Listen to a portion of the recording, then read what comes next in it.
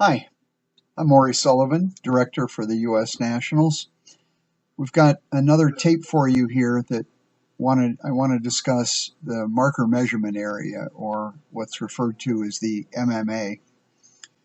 The MMA is the area that's defined on the task data sheet in which markers will be measured. And that's distinguished from the scoring area. Both those two terms are used in the task data sheet. The scoring area is the area in which a valid score can be achieved either by marker or track point with the use of GPS loggers.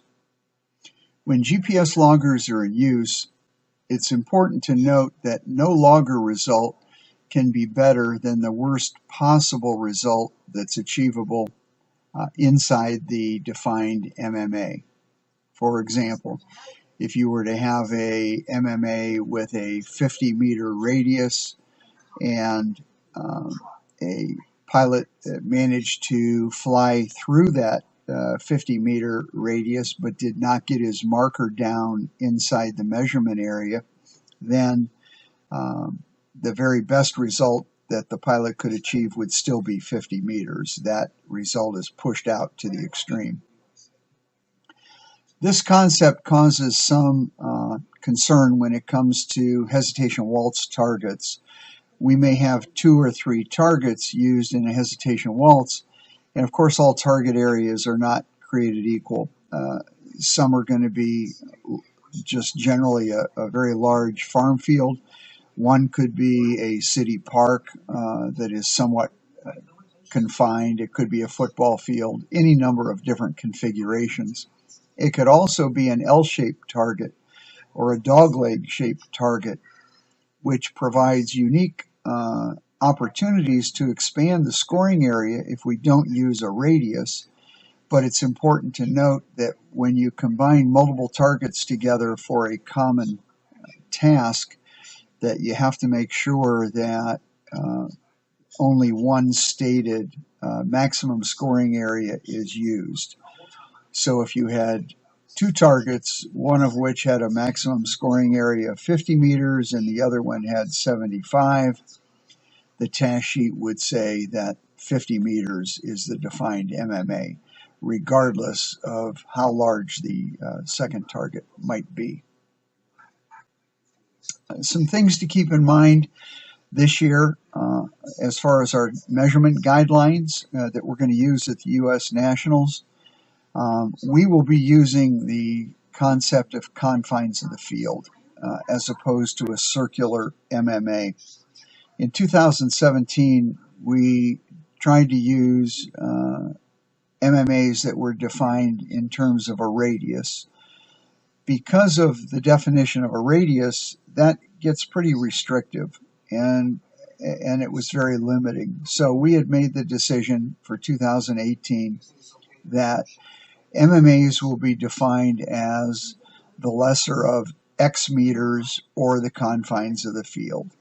And those will be determined by taking a look at each of the particular MMAs and how far we feel we can measure. I want to talk about the concept of confines of the field. We always ask our measuring team to measure as far as possible within that confine of the 100 meters or 50 meters, whatever we say on the task sheet. But there's a couple examples here.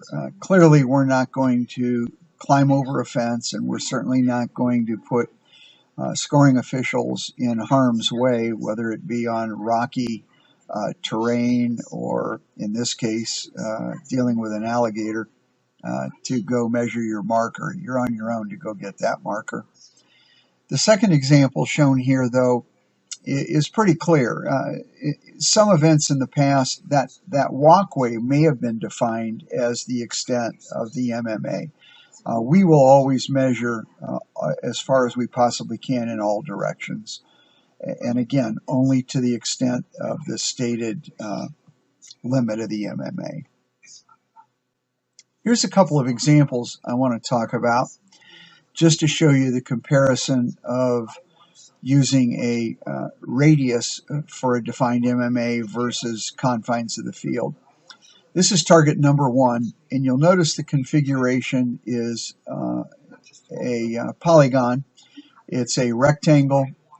The biggest radius that you can place in this particular target is a 25-meter radius, which is very confining as far as being able to throw markers, and we want the pilots to be able to throw markers wherever possible.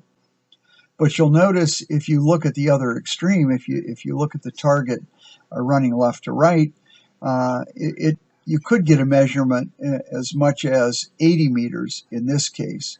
And that's why we want to utilize the definition of within X meters of the confines of the field. Going to that type of definition for the MMA in this example actually triples the scoring area where a pilot has the opportunity to get a marker in the scoring area.